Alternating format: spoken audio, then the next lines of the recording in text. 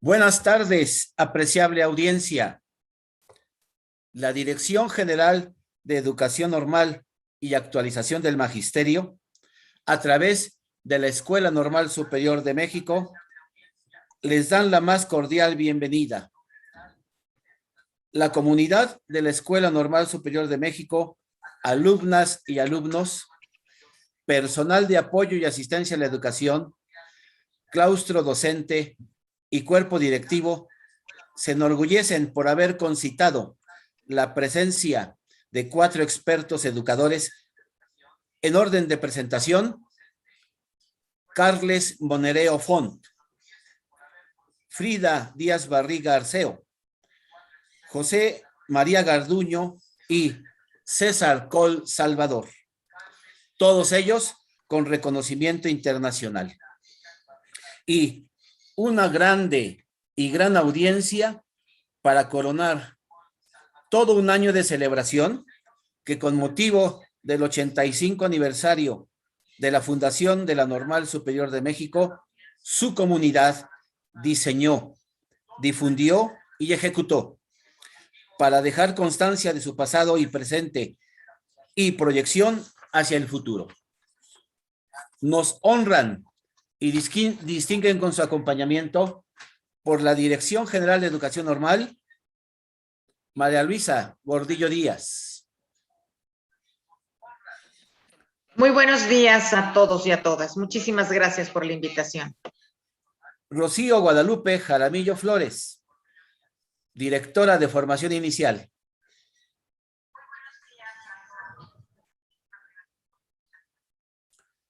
Janine Romero Ávila, directora de Desarrollo Profesional.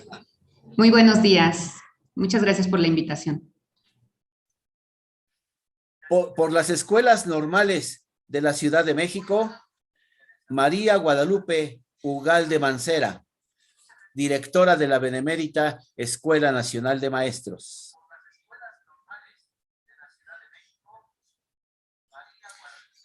Alicia Luna Rodríguez, directora de la Escuela Nacional para Maestras de Jardines de Niños.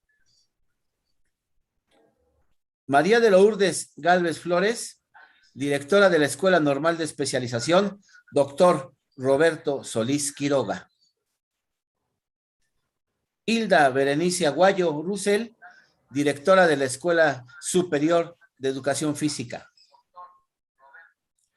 Fernando Chacón Lara Barragán, director del Centro de Actualización del Magisterio en la Ciudad de México.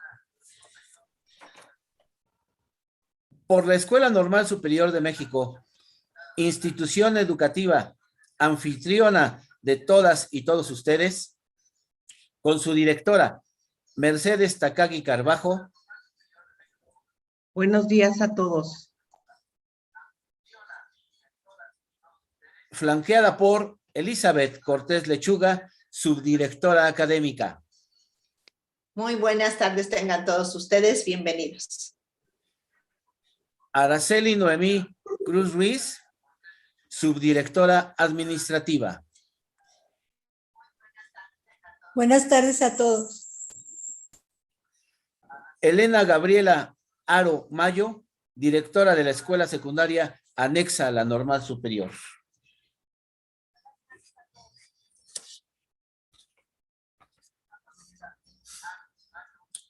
Acto seguido, escucharemos el mensaje de nuestra directora, maestra Mercedes Takagi Carbajo. Muy buenas tardes, estimadas autoridades, invitados especiales, docentes, alumnos de nuestra casa de estudios. Sean todos bienvenidos al inicio del ciclo de conferencias sobre formación docente, el cual tiene la intención de dar cierre a las actividades de conmemoración del 85 aniversario de la fundación de la Escuela Normal Superior de México. Sean todos bienvenidos. Como se mencionó con anterioridad, las personalidades académicas que participarán en el ciclo de conferencias son ampliamente reconocidas tanto en el ámbito nacional como en el internacional. Sin lugar a duda, cada una de las conferencias serán todo un éxito. Por lo tanto, estamos seguros que la comunidad académica nos acompañará con su presencia y participación. Enhorabuena y gracias. Muchas gracias, maestra Mercedes. A continuación, la directora general de Educación Normal y Actualización del Magisterio, María Luisa Gordillo Díaz, dirigirá el mensaje inaugural a este ciclo de conferencias sobre formación docente.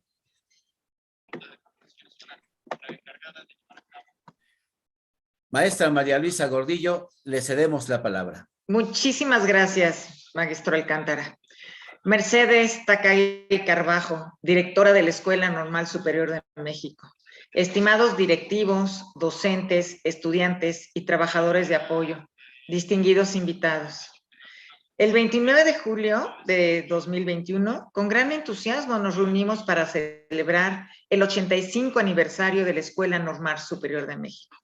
Fue un honor asistir y compartir con ustedes aquel momento de remembranzas y evocaciones, sobre todo de homenaje a la institución que históricamente se ha distinguido en la formación de maestros para la educación secundaria. Desde aquella fecha, se han realizado un conjunto de actividades para rendir homenaje a la trayectoria formativa de esta casa de estudios. Precisamente con el ciclo de conferencias sobre formación docente que hoy inicia, culmina las actividades conmemorativas del 85 aniversario de la Escuela Normal Superior de México.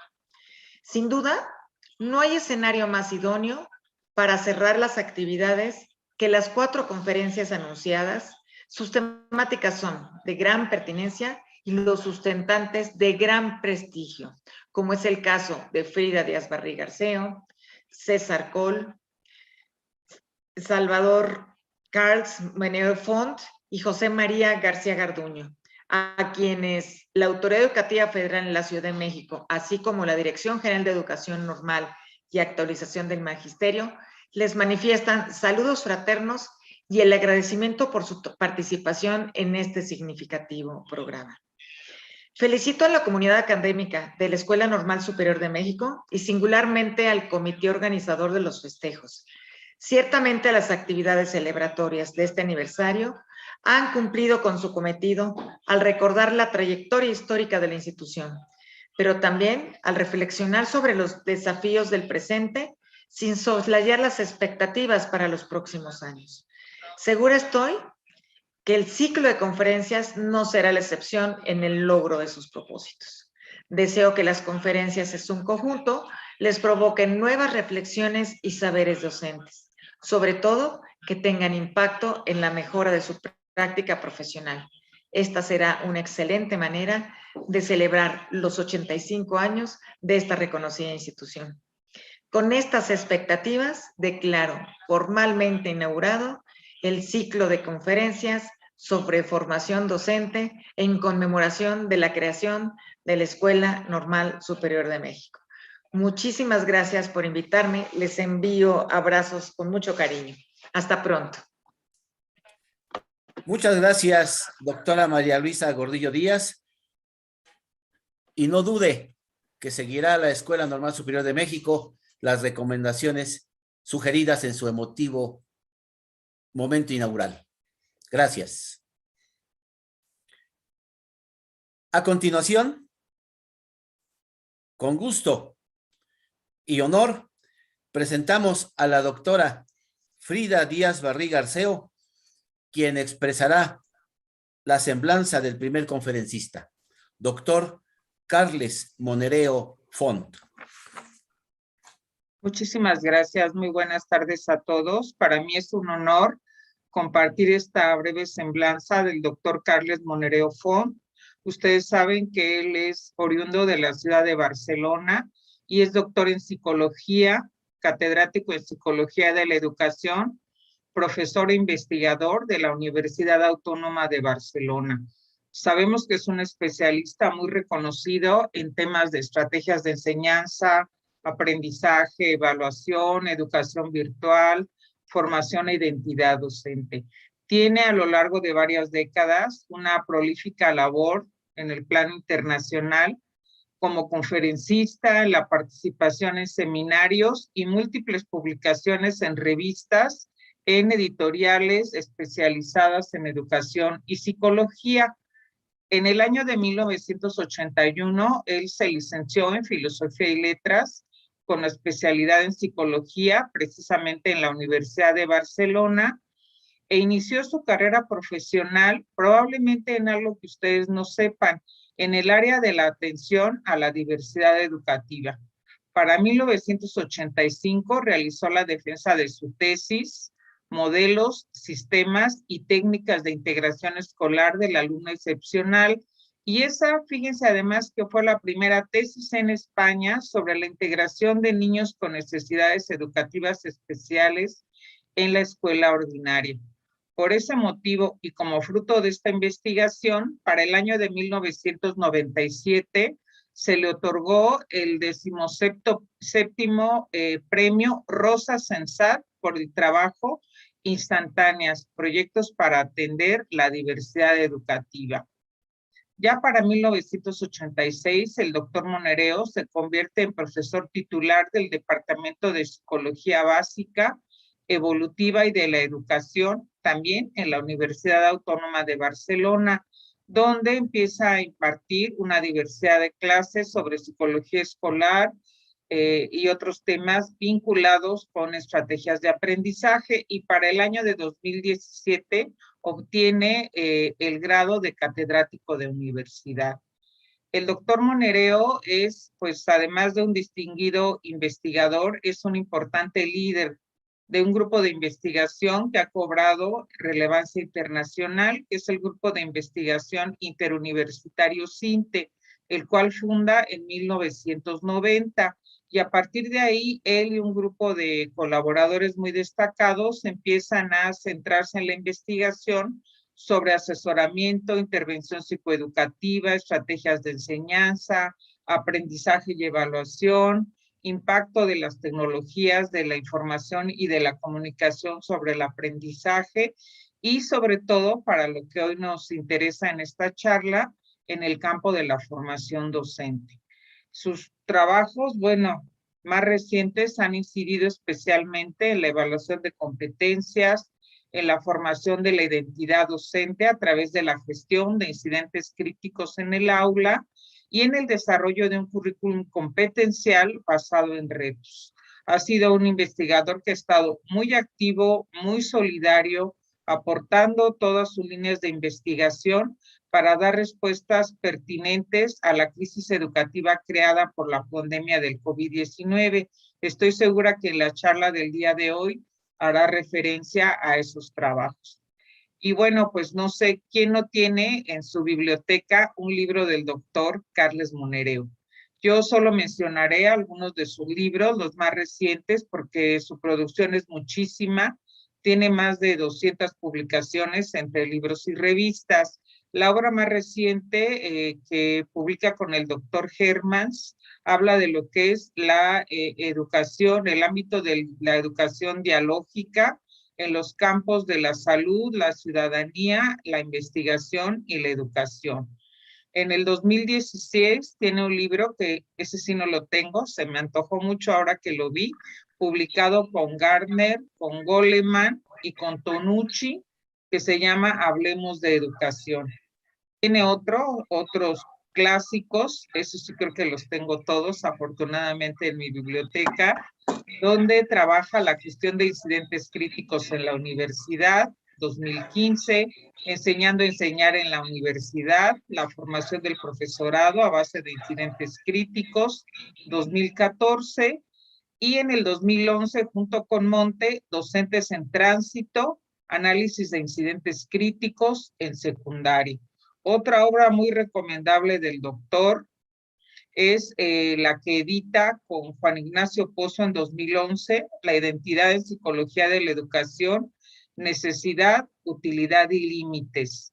Y bueno, otra obra que también me parece que ya es un clásico, fíjense, precisamente la estaba yo consultando en estos días, es Psicología de la educación virtual.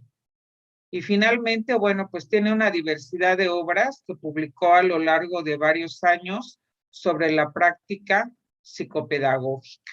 Quisiera decirles además, y eso me parece algo muy interesante del trabajo del doctor Monereo, que él no solo es un escritor muy prolífico en el campo de la ciencia y de la pedagogía y la psicología. Fíjense que recientemente también se ha dado a la tarea de ser un escritor de relatos cortos. Uno de sus primeros libros fue Amigos para Nunca, que escribió en colaboración con su amigo pintor y poeta Manuel Monte en Editorial Caligrama, y el segundo se llama Ese Run Run en mi cabeza. También son obras pues excelentes. Yo leí la de Amigos para Nunca, me gustó muchísimo, y bueno, pues ahí se corrobora esa versatilidad y ese gran talento que tiene el doctor Monereo.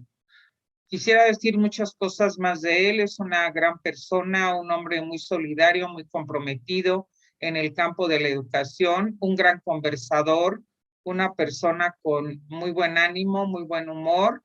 Y bueno, yo estoy segura que nos va a deleitar con esta conferencia y nos va a hacer reflexionar sobre pues todos estos temas que nos interesan como personas que estamos atentos siempre a cómo pensar otros escenarios para la formación docente. Sé que él ha escrito un prólogo en un libro donde afirma que la pandemia por COVID-19 en sí misma fue un incidente crítico. Estoy segura que va a desarrollar esa tesis en esta charla. Y bueno, pues Carles, bienvenido. Sabes que México es tu casa y que aquí siempre encontrarás personas muy interesadas en tu trabajo.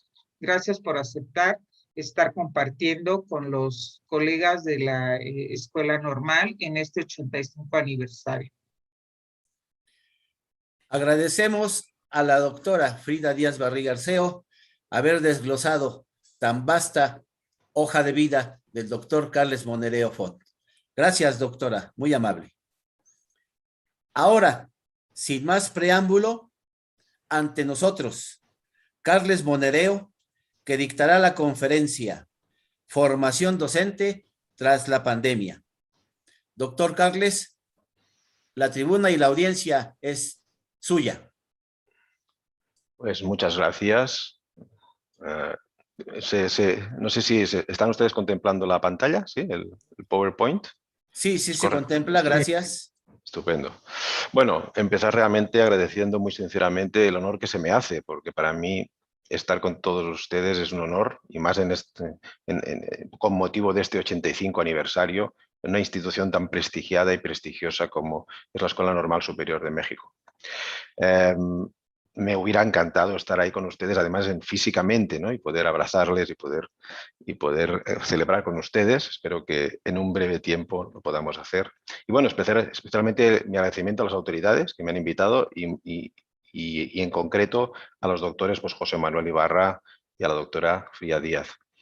Supongo que habrán observado que la doctora Frida Díaz y yo, además de tener un reconocimiento mutuo en lo intelectual, somos amigos. Y en este sentido ella se ha expresado también como amiga y le agradezco mucho esa fantástica semblanza que ha realizado, ¿verdad? A principios del siglo XX se produjo en el mundo una epidemia importante por culpa de una enfermedad contagiosa. También se contagiaba por el aire, como ocurre con el COVID.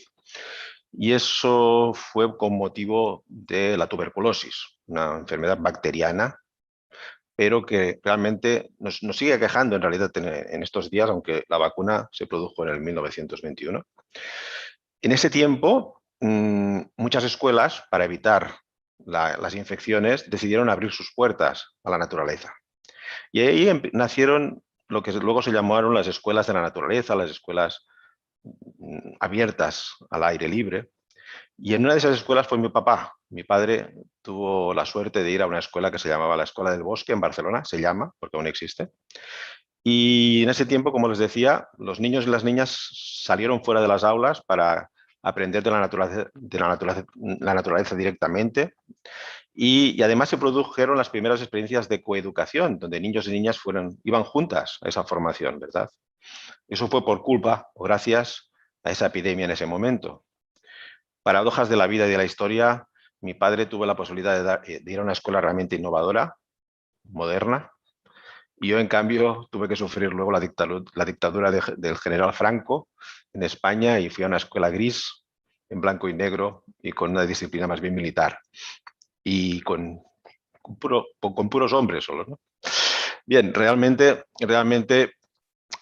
quería explicarles esto porque no es nuevo, ¿no? Porque mi planteamiento sería, bueno, ojalá esta nueva pandemia, esta terrible COVID que aún nos agrede, pues nos permita en todo caso hacer algunos aprendizajes y mejorar las cosas, mejorar nuestra educación. Para ello quería empezar con una situación real que, bueno, de las muchas que se han producido durante el confinamiento. Quería mostrarles a 3 personas, a una educadora, Marta, una historiadora, a un alumno, José, a la alumna Elena y a Teresa.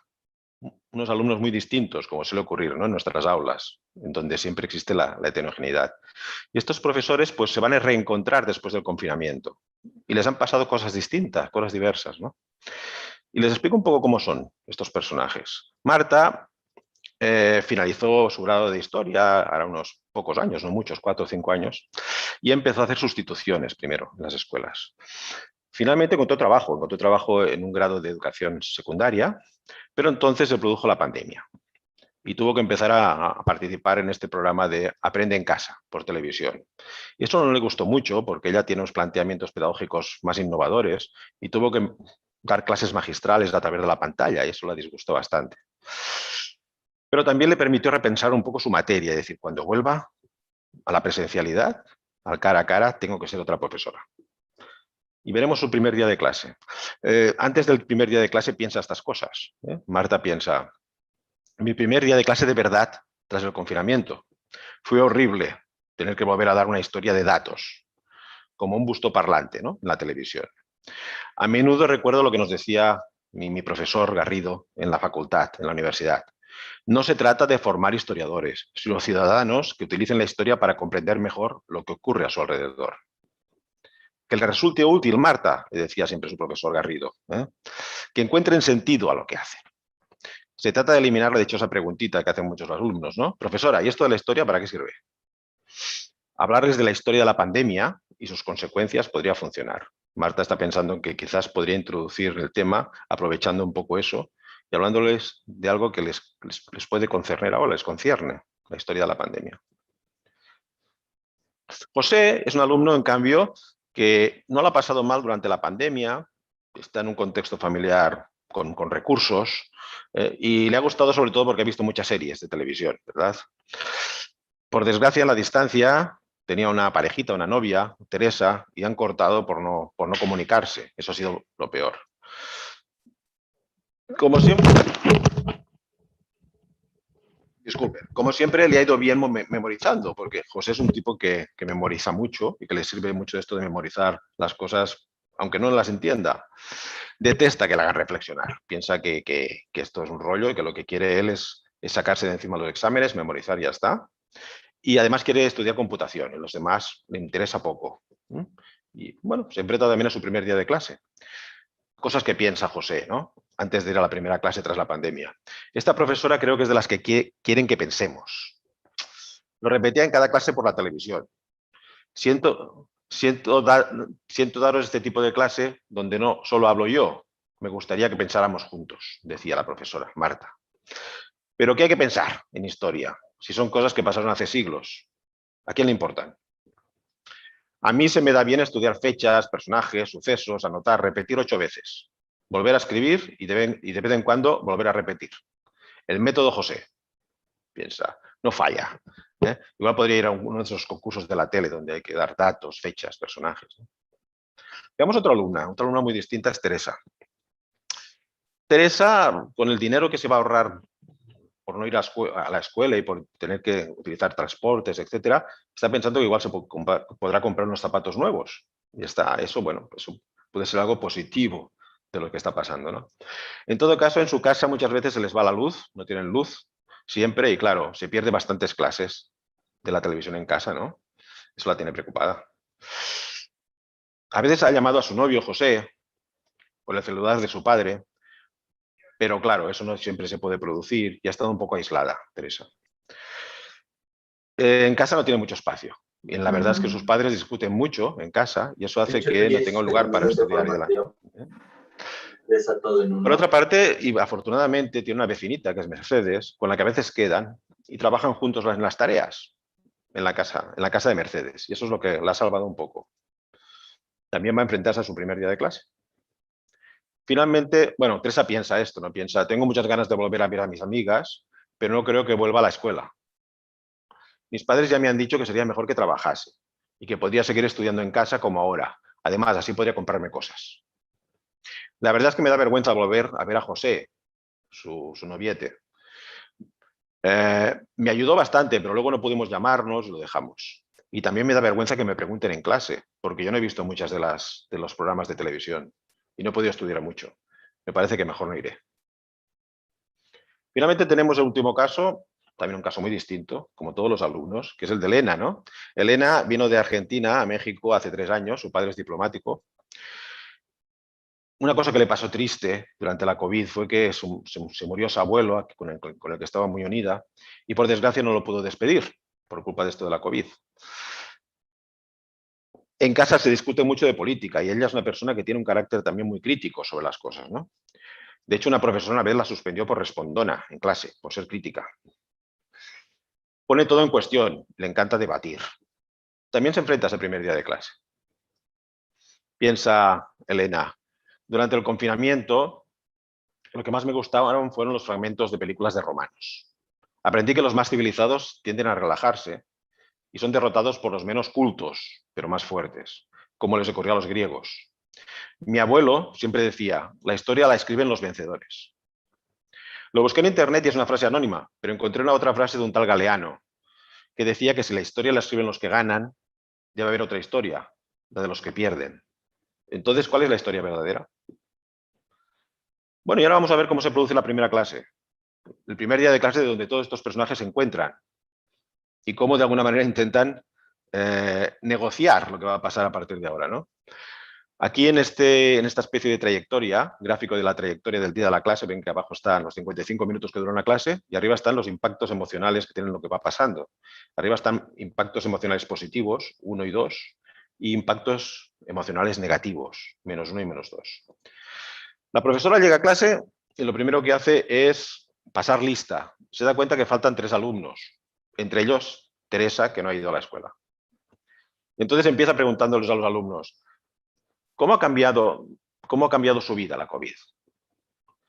Claro, esa pregunta a algunos les sorprende, ¿no? La primera es sorprendida es Elena, que dice, pero esto es historia, la COVID es historia, si esto es como de ciencias naturales, esto son enfermedades, ¿no? No acaba de entender eso.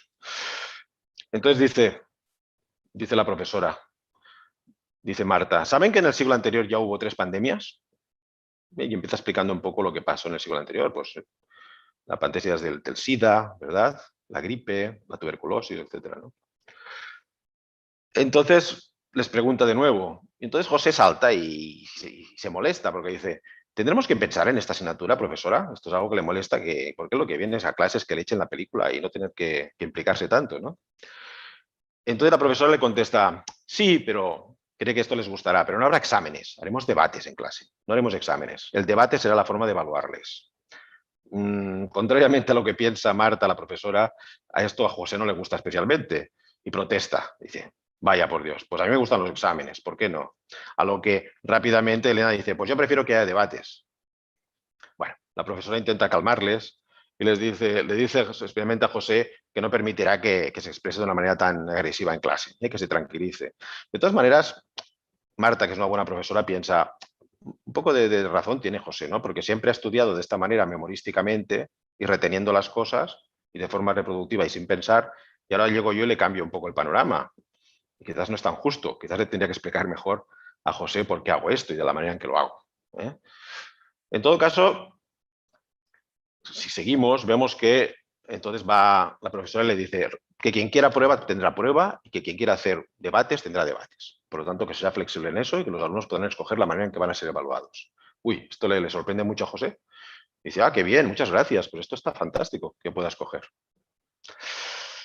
Acabando ya la clase, Elena hace un comentario en el sentido de decir, pues, ¿por qué no estudiamos la otra historia sobre la pandemia? No solo la pandemia, lo que sabemos y lo que nos dicen los medios de comunicación, pero seguramente ha existido una pandemia para los países ricos y una pandemia para los países pobres. ¿Por qué no estudiamos también eso? Y esa propuesta es recogida por la profesora y piensa que a partir de entonces la va a utilizar.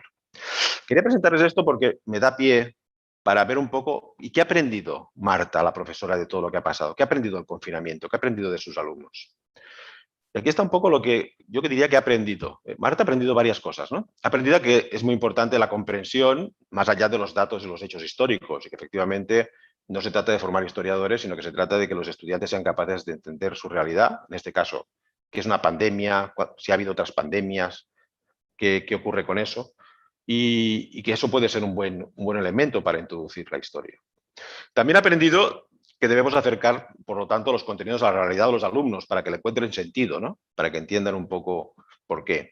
Y explicarles que estas crisis tan fuertes, estos incidentes, como decía Frida, para mí la pandemia ha sido un gran incidente planetario que nos pone en crisis, nos obliga, como toda crisis, nos pone contra la pared y nos obliga a hacer cambios, pues que la verdad es que la humanidad ha crecido muchas veces a partir de esas crisis. También ha aprendido que es importante que los alumnos participen y se impliquen, que no es suficiente con que los alumnos sean pasivos y colaboren y respondan, sino que les puede dar opciones. Por ejemplo, ¿por qué no los alumnos pueden escoger la forma en que van a ser evaluados? Negociándolo con ella. Finalmente, también sabe que sus alumnos tienen distintos intereses, distintas necesidades y que debería de alguna manera responder a esas necesidades e intereses, que no son en absoluto uniformes y que nada tienen que ver unos con otros. Esto es lo que he aprendido, pero ¿qué no ha aprendido Marta? Yo creo que hay cosas que se han dejado un poco en el tintero y que son importantes. Por ejemplo, no ha aprendido mucho que muchos profesores no estaban preparados para una enseñanza a distancia. Ella ha utilizado la televisión, decía, como un busto parlante, ha dado clases expositivas, pero no hubiera podido hacer otra cosa. No hubiera podido antes hacer que los alumnos, a través de cartas quizás, pues hubieran preparado alguna cosa y ella les hubiera contestado a través de los celulares quizás y de WhatsApp, los que los tuvieran, hubiera podido hacer algún tipo de actividades. Quizás los alumnos que vivían cerca y que tenían celular podían ayudar a los que no tenían. Bueno, hubiera podido pensar en otras alternativas y no lo hizo. Luego también he aprendido que no solo existe una brecha tecnológica, también existe una brecha que va más allá de lo tecnológico, ¿no? Por ejemplo, Teresa no tiene espacio para trabajar. Teresa a veces no tiene luz. Teresa a veces está en una situación en la que sus padres discuten y es imposible estudiar. ¿Qué hacer con personas como alumnas como Teresa? También no ha aprendido que los alumnos también aprenden mucho fuera de las clases, que en realidad en estos momentos los alumnos aprenden tanto fuera de las escuelas como en las escuelas, ¿no? Y que todo eso que aprenden podría ser utilizable. Por ejemplo, José ha mirado muchas series. ¿Por qué no se podrían utilizar estas series para digamos, establecer un vínculo con los alumnos, ¿no? Enlazar con su cultura en este caso televisiva, y con tantas otras cosas que los estudiantes hacen, música, modas, influencers. Yo siempre pongo el ejemplo de que muchos influencers actualmente actúan como celestinos. En lugar de hacer leer a los alumnos la Celestina, quizás estaría bien hacer un análisis de esos programas y de esos personajes, para luego, ¿por qué no?, leer una novela y darse cuenta de que actualmente sigue estando en vigor la Celestina, en otro sentido, ¿no? Y tampoco ha acabado de aprender que el cuidado emocional y la relación con la familia es clave. En el caso de Teresa, como han visto, Teresa no va a volver a la escuela. Y no va a volver porque no se ha producido ningún tipo de vínculo con ella durante el confinamiento, porque no ha habido una atención a ella. Y además Teresa pues tiene vergüenza de volver a escuela porque, como hemos visto, no ha podido asistir a las clases, siente que está en desventaja, que lo está respecto a los demás. La pandemia nos ha demostrado eso una vez más, ¿no? Que fuera de que la escuela es verdad que uniforma bastante, iguala bastante a los niños y niñas, pero fuera de la escuela existe todo un mundo también de aprendizaje que los va separando, los va distanciando, y que eso deberíamos compensarlo de alguna manera. En un libro que me gusta mucho y que yo le recomendaría su lectura, de Juan Ignacio Pozo, Juan Ignacio dice que lo que ha hecho la pandemia no es enseñarnos nada nuevo, sino que nos ha desnudado, nos ha demostrado las carencias, las dificultades, los vacíos que tiene nuestra escuela. Y que si el sistema sanitario más o menos ha sabido dar respuesta a muchas cosas, el sistema educativo en general, en casi todo el mundo, ha tenido dificultades para seguir ofreciendo una educación de calidad. Bueno, ¿y qué cambios? ¿Qué cambios deberíamos establecer entonces a partir de esta pandemia y qué aprendizajes deberíamos haber realizado? Estos cambios deben producirse realmente a varios niveles, ¿no? Y cada uno de estos niveles tienen implicaciones para nuestra formación, para la formación de los docentes. Como mínimo, tendrían que existir unos cambios a nivel gubernamental, también a nivel de los centros educativos, institucional, y luego a nivel particular, a nivel individual. Y me gustaría hablar un poco de eso en cada uno de estos planos. Desde el plano más gubernamental, creo que tenemos que cambiar nuestros currículums, nuestros marcos curriculares gubernamentales. Debemos ir a marcos curriculares distintos. Hemos tenido los marcos curriculares, algunos tenemos, muy centrados en qué debemos enseñar. Y por lo tanto, centrado en las disciplinas, matemáticas, lengua, etc. Varios autores ya han dicho y han señalado que estamos enseñando a los estudiantes cosas para una sociedad que ya no existe. Una sociedad que vive en red, una sociedad en la que se aprende mucho fuera del aula también. Y en este tipo de sociedad, digamos, vincular las competencias a las disciplinas creo que es una mala solución. Todo el tema del currículum por competencias creo que nos está resolviendo precisamente por eso, porque lo que articula el currículum son las disciplinas, siguen siendo las disciplinas, no son los problemas, los retos que tenemos ante nosotros. Existe una segunda tendencia que es situar en el centro del currículum a quien aprende, al alumno. Países como Portugal o Escocia lo hacen. Y ellos, sobre todo, definen un perfil de salida del alumno y dicen que quieren formar personas confiadas, éticas, cívicas, responsables. Esta es una solución interesante también, ¿no? Porque un currículum basado en las disciplinas puede producir personas responsables, conscientes y cívicas o no. O personas que quieren enriquecerse a costa de los demás, ¿verdad? Aquí hacen una apuesta clara por un sentido ético de la persona. Pero aún existe una tercera opción que me parece especialmente interesante, ¿no? Y es centrar los contenidos a enseñar en el para qué. ¿Para qué quieren los alumnos y alumnas aprender nuestros contenidos? Y la respuesta es, para un mundo mejor, para los problemas que nos acechan, para los retos que tenemos enfrente. Voy a profundizar un poquito más en esto, pero en todo caso, países como Finlandia o como el Quebec, en Canadá, ya han hecho propuestas en este sentido. Propuestas para formar ciudadanos y ciudadanas responsables para un mundo sostenible y que tengan una conducta responsable tanto en lo personal como en lo local, como en lo planetario, en lo mundial. Y todo esto viene en buena parte y está influido por la propuesta que en su momento hizo la UNESCO en lo que se llama la Agenda Educativa 2030. La propuesta de la UNESCO me parece realmente ambiciosa, pero espléndida. Y la idea es un poco, bueno, la humanidad tiene ante sí 17 retos. 17 retos que son innegables y ante los que nos tenemos que enfrentar. Y aquí los tienen los 17, que van desde pues, la pobreza hasta el hambre en el mundo, hasta la salud y el bienestar, el cambio climático, energías renovables, ciudades sostenibles, igualdad de género, etcétera, etcétera. 17. Y nos dice la UNESCO, ¿por qué no formamos los ciudadanos y ciudadanas para afrontar estos 17 retos, cada uno en su escala, cada uno en su realidad?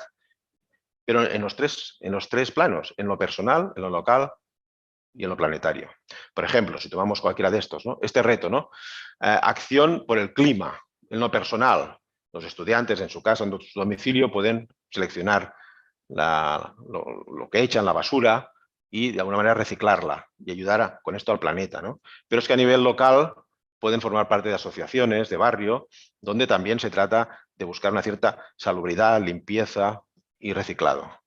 Pero en lo planetario, pues pueden votar a partidos políticos y a movimientos que de alguna manera defiendan la conservación del medio ambiente y del planeta.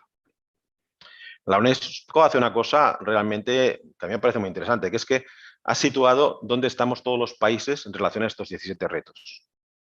Y aquí tienen a México. México estaría en la mitad. De 165 países, estaría en el número 80 del ranking. Es decir, México tiene en los 17 retos algunos realmente importantes que tratar, que gestionar. Los que están en rojo son retos o desafíos de cierta urgencia. La flecha indica si esto se va incrementando a mejor o si va a peor. Y por desgracia, pues vemos, por ejemplo, que hay un tema que es el 15, Vida en el planeta, en la que se está produciendo un empeoramiento de la respuesta. Afortunadamente, por ejemplo, en el primero, la pobreza, parece que en México esto va mejorando. Pero aún así, los que están en rojo diríamos que son temas a tratar y a guardar. ¿Por qué no hacemos especial énfasis en nuestra formación de los alumnos y alumnas en estos retos, en los que tienen el país, México? ¿Y por qué no formamos estos ciudadanos y ciudadanas para que sean estos ciudadanos del mañana que sean capaces de afrontar estos retos que realmente son acuciantes? Entonces, claro, hay que enseñarles matemáticas, claro que hay que enseñarles lengua, ciencias sociales, ciencias naturales, pero hay que enseñárselo para que con ese conocimiento sean capaces de enfrentar esos retos. Por lo tanto, mi propuesta siempre es, más que hacer listas de competencias, lo que tenemos que hacer es identificar, cuando el alumno salga de la enseñanza obligatoria, qué 10 retos, qué 10 desafíos, qué 10 problemas será capaz de resolver con lo que le hemos enseñado. ¿Qué 10 desafíos? Desafíos que son fundamentales para el planeta, pero también para que esa persona sea un ciudadano que pueda vivir emancipado e independiente. Esa para mí es la pregunta. ¿Qué 10 retos, qué 10 cosas con nuestra formación va a ser capaz de solventar, de solucionar?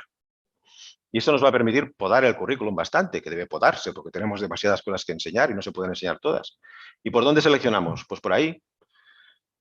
Voy a enseñarle aquello que permitirá a ese alumno realmente ser un ciudadano que sepa afrontar estos retos que son reales, que se están produciendo aquí ahora y que son necesarios para la supervivencia del país y del planeta.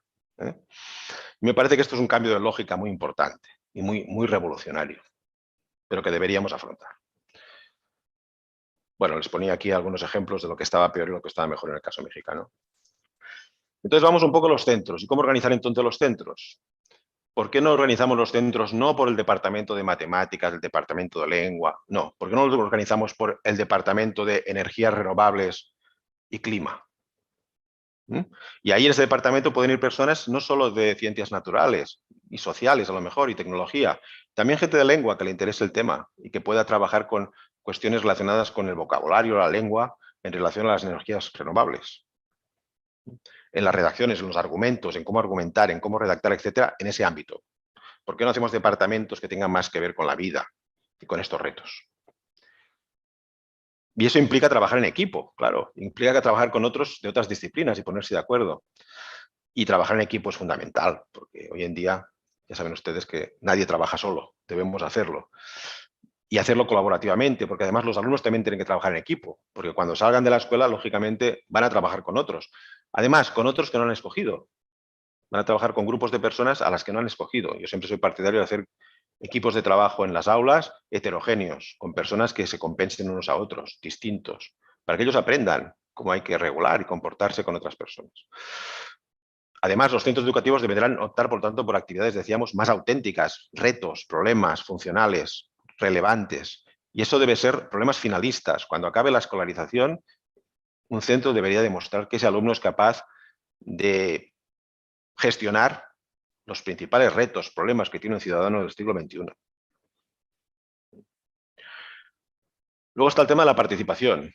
Es muy importante que los estudiantes y la comunidad cada vez participe más. Yo soy partidario de que los estudiantes tengan un papel cada vez más activo en las asignaturas, porque tienen que entender que son ellos los clientes, son ellos los que aprenden, son ellos los que deben exigir aprender. Y los primeros interesados en aprender deberían ser ellos. En este sentido, con los más, bueno, a partir de primaria, de algunos niveles de primaria, y los alumnos ya podrían opinar sobre si les gustan las clases, si les evalúa bien, y entonces se podría tener en cuenta su opinión. Pero es que a partir de la secundaria, yo creo que los alumnos ya podrían en algún caso ayudar a los profesores a co-construir una rúbrica, por ejemplo, y hacerse responsables y comprometerse en esa rúbrica con el profesor. ¿Por qué no? Eso hará que además que ellos, bueno, de alguna manera, como digo, sean coautores de eso. Pero es que después, en las enseñanzas de bachillerato y en la universidad, los estudiantes, ¿por qué no podrían casi organizar una asignatura con el profesor? Ser asociados, partners de los profesores. En mi caso, por ejemplo, en una asignatura estoy haciendo esto. Mis estudiantes casi han elaborado la asignatura conmigo. Hemos decidido conjuntamente qué contenidos enseñar, cómo enseñarlos, cómo evaluarlos, cómo presentarlos. Y la verdad es que la respuesta es muy buena. Ellos se sienten coprotagonistas de su aprendizaje, como debe ser. Como debe ser. Además, ¿por qué no tienen que venir a nuestras clases otras personas de la comunidad? ¿Por qué no pueden evaluar a veces lo que hacen los alumnos? Pues personas de la comunidad, profesionales, especialistas, y que les pongan por poner algo en su calificación. Y eso a los alumnos les crea un vínculo con esa realidad que está en su entorno, ¿no? Finalmente está todo el tema de la indagación. Yo creo que cada vez más también debemos aportar evidencias de que lo que hacemos en las escuelas y en las aulas es de calidad y funciona. Entonces creo que deberíamos empezar a pensar en algún tipo de personas que estén en las escuelas y que puedan indagar, investigar, tomar evidencias de lo que se está haciendo para mejorar las cosas. Una escuela es un lugar vivo y dinámico donde cada año debemos cambiar las cosas, debemos innovar. En realidad, innovar no debería ser una cosa que uno hace de vez en cuando. Debería formar parte de la cultura de los centros educativos, ¿no? Los centros educativos deberían ser, por definición, innovadores y cada año deberían mejorar a partir de lo que pasó el año pasado. Y eso requiere cierta indagación, tomar evidencias, ver lo que funciona, ver lo que no funciona, mejorar. Y finalmente necesitaríamos un nuevo profesor o una nueva identidad profesional. No basta, cuando formamos, no basta con enseñar una técnica, no basta con dar unos conocimientos. Necesitamos profesionales que realmente, desde el punto de vista profundo de su identidad, cambien y entiendan lo que significa en el siglo XXI ser profesor, ser profesora. Un profesor o una profesora, fíjense, tiene como mínimo estas 6 posiciones o roles.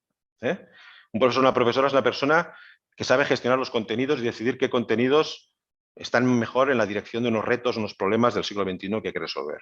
Es una persona que es un comunicador y que además lo sabe hacer en distintos entornos y sabe cuándo es mejor hacerlo presencialmente o cuándo es mejor hacerlo a través del computador, a distancia. Es una persona que es un evaluador que también evalúa pues, en la distancia por el computador o también a veces presencialmente. Es una persona que sabe gestionar los problemas de disciplina y convivencia en el aula. Hay un trabajo que me gusta mucho de Hermans que se llama, que él habla de la democracia interna, la democracia mental. Dice, la primera democracia es la que está en nuestras cabezas. Cuando pensamos y discutimos con nosotros mismos, pensar es hablarse a uno mismo, ¿no? Es dialogar con uno mismo. Y cuando dialogamos con nosotros mismos, ¿somos democráticos en nuestra mente?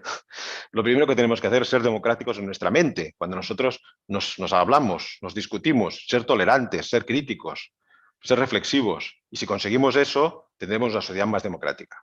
Tanto los profesores y profesoras deberíamos conseguir que los alumnos discutan en su mente de forma democrática, para luego hacerlo con los demás, ¿no? También estamos hablando de una persona que trabaja en equipo, que trabaja con docentes, que trabaja con otros y que con otros deciden cosas y además se dividen trabajos.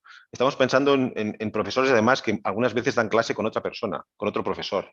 Y entre los dos se ayudan, pero además cuando salen de clase discuten y dicen, me ha gustado mucho esto que has hecho, yo lo hago de esta manera, pero me gusta más tu manera porque tiene estas características. En cambio, esto yo lo haría de otra manera porque fíjate lo que ha pasado. Y esa reflexión entre esos dos profesores que comparten la docencia produce un aprendizaje fantástico, una formación fantástica y además es bastante económica. Finalmente, estamos pensando en un experto de su materia, pero un experto que es capaz de ser flexible y que es capaz de aunque yo sea, como decía, de matemáticas, trabajo con gente de biología y soy capaz de trabajar con gente de historia y soy capaz de, entre todos, crear un proyecto, etcétera, que sea útil para los alumnos. Fíjense cuántos cambios estamos pensando en ese docente del siglo XXI. Y para ello, en general, ¿cuáles han sido los modelos formativos dominantes? Bueno, un primer modelo formativo dominante ha sido adquirir conocimiento, ¿no? Se les da a los profesores conocimientos de conceptos, principios de procedimientos, a través de modalidades pues, más constructivas, etcétera. Pero claro, aquí básicamente lo que se trata es de eso, de adquirir conocimiento y la realidad ha demostrado que esos conocimientos no son suficientes para que el profesor lo pase a la práctica. Insisto, esto puede ser útil y puede ser complementario, pero no cambia la identidad. Necesitamos maneras de formar a los profesores y profesoras que realmente impacten en su identidad, que realmente supongan un cambio profundo. Y eso es un elemento interesante, complementario, pero que no cambia. Lo mismo pasa con las propuestas que tienen que ver con competencias para solucionar problemas. Se ha trabajado bastante con los profesores y profesoras observando las prácticas de otros, haciendo práctica guiada, practicando de forma autónoma, por ejemplo, en la formación en magisterio, ¿no? Donde los alumnos van con un tutor en las escuelas y hacen unas prácticas. Pero insisto, eso solo no cambia la identidad profunda de las personas. Nosotros estamos utilizando últimamente todo el tema de los incidentes críticos. Es decir, la posibilidad de que los alumnos se enfrenten a situaciones reales que ocurren en las aulas y que van desde un alumno que no entiende algo, una explicación, hasta dos alumnos que se pelean o un alumno que todo el tiempo está desconectado con el móvil, etcétera, etcétera. Situaciones, digamos, que de alguna manera son reales, que están sacados de la realidad, nosotros les llamamos incidentes prototípicos, frecuentes, y que de alguna forma obligan a las personas, a los que se están formando, a dar respuesta a eso, porque son cosas que les pasarán en su práctica cotidiana. El incidente crítico es una situación que se produce de forma inesperada y que sobre todo te desestabiliza emocionalmente. Es cuando el alumno te hace una crítica en voz alta o tira un papel o se ríe de ti o se pelea con otro o te das cuenta que no entienden nada de lo que estás explicando. Y estos incidentes impactan sobre tu identidad y te hacen repensar lo que estás haciendo. Y te hacen pensar, tengo que cambiar la forma en que comunico, tengo que cambiar la forma en que evalúo, tengo que cambiar la forma en que trabajo en el aula. Y para nosotros estos incidentes son muy importantes en la formación, porque entendemos que, como decía, al tener ese impacto emocional, su fuerza para producir cambios en la identidad es muy potente, más que otras perspectivas. Por eso hemos desarrollado, en los últimos años, un conjunto, una base de incidentes críticos, una base de incidentes frecuentes que ocurren en las aulas. Si van a esta página encontrarán, que es una página pública, tenemos dos, una que se llama Critic Edu y otra que se llama Critic Face. En las dos encontrarán ejemplos de incidentes que hemos ido grabando, recogiendo, de todos los niveles educativos, los más frecuentes. Y lo que intentamos es que los profesores y profesoras de información analicen estos incidentes y expliquen un poco qué harían para cambiar la situación, ¿no? Lo hacemos a través de una pauta, que es esta. Esta pauta le llamamos pauta de análisis del incidente crítico, es decir, PANIC, el PANIC. Le llamamos PANIC a esta pauta. Y lo que hace básicamente el PANIC, esta pauta, es, ante una situación como esta, de incidente, pues describir un poco los antecedentes. ¿Por qué ha pasado esto? ¿Qué explica que haya pasado esto? ¿Qué explica que este alumno en clase se ha puesto a gritar o se ha peleado con este otro o nos ha insultado o se ha ido o se ha dormido? Describir cómo ha ocurrido eso y luego hablar de los actores que intervienen en eso. El alumno que ha hecho esto, los compañeros, quizás los padres de ese alumno, etcétera, etcétera, ¿no? El propio profesor. Y para cada uno de estos actores, intentar entender cada uno de estos actores cómo interpreta lo que ha pasado, cómo se ha sentido y qué ha hecho ante lo que ha pasado. A partir de ese análisis de todos estos actores, intentamos buscar formas de intervención y solución. Es decir, ante cada una de estas situaciones, sobre qué intervenir con cada actor, cómo hacerlo y cómo sabremos que nuestra intervención va por buen camino. ¿Qué indicadores de cambio podemos establecer? Bueno, estamos utilizando este sistema de incidentes y de pauta que nos está sirviendo bastante para, como decía, hacer cambios importantes en la identidad de nuestros futuros docentes. Ya voy terminando mi intervención, entiendo que luego puede haber un momento de preguntas o de comentarios, pero en síntesis, si tengo que resumir lo que he dicho, lo haría con estas ideas, ¿no? Por una parte, la pandemia ha supuesto, como han visto, una forma de un problema planetario, un incidente planetario que nos obliga a repensar la educación, en algún sentido. Repensar en esta educación supone que el profesorado debe aprender de lo que hemos dicho, ¿no? De todos estos elementos y tratar, digamos, de introducir cambios en su identidad. Que estos cambios tienen que afectar efectivamente a esa identidad global, profunda, íntegra, y no solo consistir en técnicas o conocimientos fragmentados y disociados, sino en un cambio potente, profundo, que de alguna manera incorpore, fíjense que cambiar a un profesor, una profesora es muy difícil, porque es cambiar esas 6 posiciones que hemos dicho, como evaluador, como comunicador, como tutor, como gestor de conductas, gestor de contenidos, miembro de un equipo, experto. Es muy difícil cambiar a un maestro, a una maestra, porque tienes que cambiar muchas posiciones, pero se puede hacer en base a algunas de ellas, ¿no? Y finalmente, bueno, las 3 claves que hemos dicho, que una sería, pues, somos cada vez más docentes híbridos, personas que sabemos trabajar en medios digitales, pero también en medios presenciales y en medios mixtos, y que debemos saber cuándo y por qué es mejor dar una clase presencial y cuándo es mejor dar una clase a través de los ordenadores. Una frase que me encanta y que he repetido mucho es aquella que dice que cualquier profesor, profesora que pueda ser sustituido por un computador se lo merece. Se merece que le sustituyan. Porque si un computador puede hacer lo que hacemos nosotros, ¿para qué servimos? Yo creo que hay muchos aprendizajes que solo se pueden hacer o que son potentes cuando se hacen cara a cara, que tienen que ver con criticar, debatir, ¿no? Estimular, seducir, proponer, etcétera, ¿no? Todos los aspectos tan humanos como emocionales, etcétera, son mejores cara a cara. Pero luego la información ordenada, coherente, más de tipo conceptual, se pueden hacer a través del computador. Entonces deberemos aprender, ¿no? Cuándo y por qué un entorno y cuándo y por qué otro, ¿no? Además, la idea esta que les decía de que los alumnos se comprometan cada vez más con lo que enseñamos y con lo que evaluamos. Ese partnership, que se conviertan en asociados, en colaboradores, en co-constructores con nosotros de algunas actividades, de algunos instrumentos, para que se den cuenta de que forman parte de eso, de que no son ajenos a eso. Y finalmente lo que hablábamos de pensar en retos para un mundo sostenible, ¿no? En ciudadanos y ciudadanas, que es lo que estamos formando para que sean capaces de afrontar esos retos que el planeta nos está proponiendo y que cada vez serán mayores, ¿no? Estamos en una situación de incerteza que crece y necesitamos personas que sean capaces de ser flexibles y de afrontar esas incertezas. Y eso lo debemos hacer desde la escuela. Bueno, les he puesto una selección de lecturas y para saber más están desde un trabajo muy interesante de Ángel Díaz Barriga, sobre precisamente esta escuela de la pandemia, ¿no? Me parece una reflexión interesante. También Frida Díaz Barriga tiene un libro excelente sobre dispositivos pedagógicos que tienen que ver con las narrativas y que supone este nuevo planteamiento de enseñanza, ¿no? Una enseñanza más próxima al alumno, con más sentido, a partir de vivencias reales. El trabajo que les decía de Hermans, que habla de esa democracia interna, de esa inner democracy, ¿no? Que empieza por nuestras mentes. Es un libro que está muy bien porque es tipo taller, es un libro muy, muy práctico. Está en inglés, por desgracia, pero es interesante. Luego, un trabajo excelente de un equipo de la Ibero y de otras universidades, liderado por Luis Medina, por el doctor Medina, y que precisamente hace una radiografía excelente de cómo ha sido la pandemia en México y qué impacto ha tenido en las dimensiones pedagógica, tecnológica y socioemocional. Un libro muy recomendable. Les he puesto también un trabajo mío en la que precisamente hablo de una profesora que tiene un tipo de incidentes críticos y cómo cambia su digamos, su identidad por ello.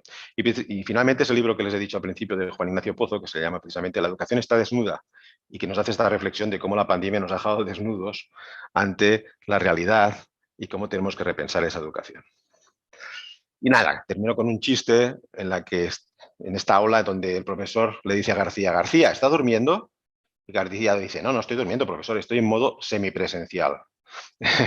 Entonces García ha aprendido, digamos, cómo se puede estar en el aula y no estar. Y por supuesto lo que tenemos, esto es un incidente típico, decía, ¿no? Y lo que tenemos que pensar es que los alumnos deben participar activamente, no solo estar y no estar.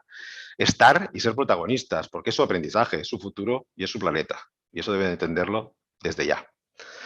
Y muchas gracias por su atención y estoy a su disposición por todo aquello que quieran comentar o preguntar. Gracias.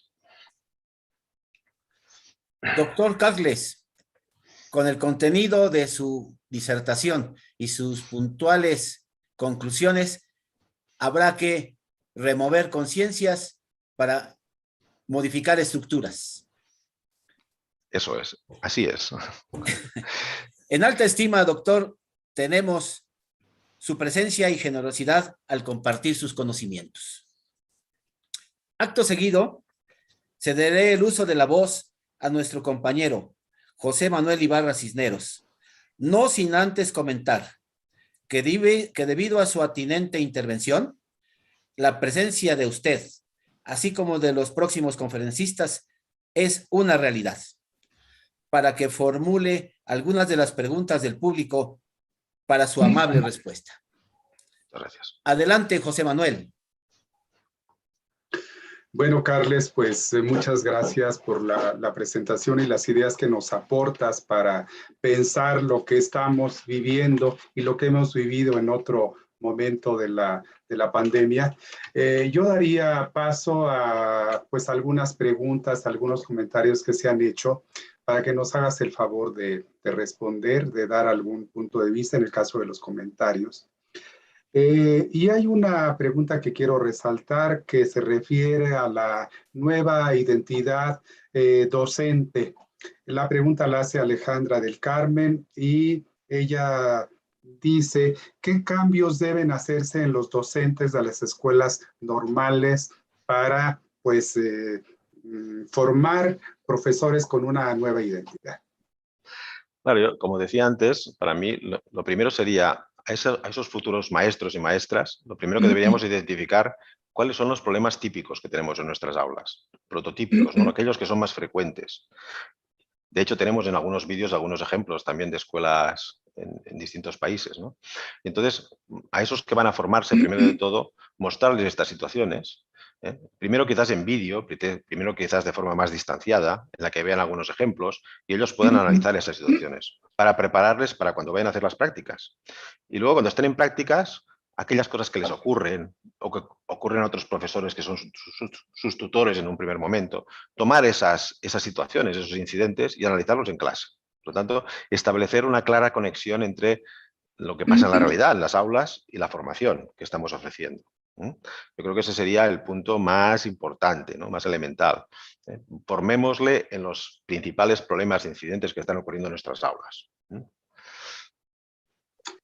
Bien, bueno, hay una pregunta que va en la misma dirección. ¿Cómo esperar que la formación docente en tiempos de pandemia sea la adecuada? Si muchos docentes... ya se me perdió. ¿Dónde está? Bueno, los docentes sí, siguen no estaban haciendo preparados, ¿no? No estaban preparados, igual quería decir, ¿no? Sí, sí. Claro.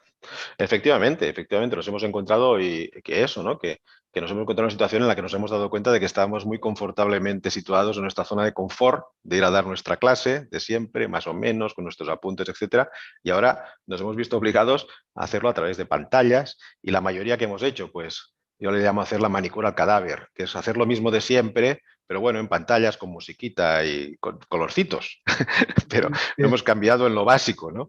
Entonces, necesitaríamos formarnos y prepararnos para eso, ¿no? Yo decía antes, ¿qué hacer a través de computadores y qué hacer presencialmente? Yo creo que no deberíamos sustituir una cosa por otra, es decir, no podemos hacer lo mismo que hacemos en una clase presencial en lo que hacemos a través de las pantallas. En una pantalla se puede dar una conferencia, se puede dar información, textos, se puede establecer un foro para debatir alguna cosa, pero en la clase yo creo que deberíamos ir a temas más relacionados con las dramatizaciones, con los casos, los testimonios, con situaciones que tengan un poder importante en cuanto a lo que es presencial, a lo que es vivencial. Y creo que eso debería ser una respuesta, ¿no? Eso sí. Otra pregunta más, Carles. ¿Por qué se reproducen las prácticas del aula a través de los medios virtuales? ¿Cuál es la razón? Esto que acabas de señalar. Bueno, un poco es así, ¿no? A ver, ¿por qué no cambiamos los profesores? ¿O cuesta tanto cambiar los profesores? Al menos hay dos motivos y la investigación lo marca muy claramente. Un primer motivo tiene que ver con las concepciones que tenemos de qué es enseñar y aprender. Entonces, muchos de nosotros pues, hemos aprendido a que enseñar es decir cosas, ¿no? Lanzar el discurso y que los de delante pues, lo tomen y lo aprendan. Estamos convencidos de que haciendo eso aprenden, ¿no? Yo siempre me acuerdo de ese chiste que me contaron de pequeño que decían, de dos amigos que se encuentran y uno le dice al otro, ¿sabes? He enseñado a silbar a mi perro. Dice, pero esto es maravilloso, esto es fantástico, tienes que publicarlo. Dice, bueno, yo lo he enseñado, pero él no ha aprendido. Entonces, no es claro, una cosa es enseñar y otra es aprender. Entonces, debemos asegurar que los alumnos aprenden, ¿no? Entonces, en este sentido, creo que es importante que hagamos esa reflexión y digamos, ¿por qué reproducimos? Bueno, pues hay algunos motivos. Uno muy evidente es que innovar, cambiar, nos pone en situación de vulnerabilidad, nos pone en riesgo y tiene un costo. Tiene un costo no solo de tiempo y de trabajo, también emocional. Te pones en riesgo porque te puede salir mal. Es más, cuando empiezas a hacer un cambio, te sale mal al principio. No va a salirte bien a la primera, te sale mal y necesitarás apoyo de los demás y necesitarás hacerlo de una forma progresiva y necesitarás darte un tiempo para hacerlo. Y claro, no todo el mundo está dispuesto a hacer eso. Y uno piensa, si me van a pagar lo mismo, me voy a meter en problemas. Y eso tiene que ver con la segunda cuestión. Necesitamos incentivar estas cosas. Yo no creo en el café para todos. Yo creo que los buenos profesores, los buenos equipos docentes requieren que se les ayude, que se les apoye, que se les incentive, que se les premie. Y también creo que hay profesores y profesoras que equivocaron su vocación, que no les gusta ser maestros y maestras, que lo hacen por una cuestión alimentaria y que deberíamos presionarles para que se busquen un mejor trabajo. Un trabajo donde sean más felices ellos y hagan más felices a los demás. Entonces creo que esas dos cosas deberían existir. Una presión sobre aquellos que realmente no quieren cambiar y no les interesa esto de la educación. Y un apoyo importante, que no solo es dinero, también es veces condiciones de trabajo, mejorar sus condiciones de trabajo, darles tiempo para que piensen y se coordinen, para que tomen decisiones, para que analicen lo que hacen. Creo que esos serían dos posibles mecanismos interesantes, ¿no? Bien, una pregunta más, Carles. Sí, como dice la doctora Kaplan, la pandemia obligó al cierre de la escuela y con ella se tenía un problema mayor, el de una escuela silenciada. ¿Qué podríamos hacer para recobrar la voz de la escuela en nuestra sociedad? Es muy interesante. Bueno, desde una cosa, y lo decía antes, fundamental es que tenemos que incorporar las familias a las escuelas. Tenemos que incorporarles y las familias tienen que formar parte también, incluso por qué no opinar, por qué no participar en determinadas cosas de la escuela. Porque no pueden, hoy oía una experiencia muy bonita en la que en secundaria, donde en ese colegio cuando terminan el curso, los alumnos preparan una especie de oratoria, de exposición, en la que, por ejemplo, explican cuál es su mejor talento a los demás. Entonces es un tribunal y ese tribunal está formado por distintas personas, entre ellos algún padre o alguna madre. Y es una forma, digamos, de implicarles, ¿no? Todos sabemos que cuando hacemos reuniones de padres, precisamente los que no vienen son los más problemáticos, los que deberían venir. ¿Cómo vamos a hacer? Claro, la pregunta es ¿cómo hacemos para que estas personas se incorporen? Respetándoles, ayudándoles, entendiéndoles, prestando ayuda, acercándonos. Quizás no solo desde el profesor o el maestro, quizás puede haber educadores sociales, otras personas que puedan hacer ese puente. Pero creo que el tema de las familias es un tema clave y lo hemos visto. No nos engañemos, hay experiencias positivas en el confinamiento. Ha habido estudiantes y alumnos y alumnas que han descubierto que sus papás pues les gusta jugar a juegos y han jugado juntos toda la familia, cosa que no habían hecho nunca. O han cocinado juntos. Ha habido experiencias también positivas.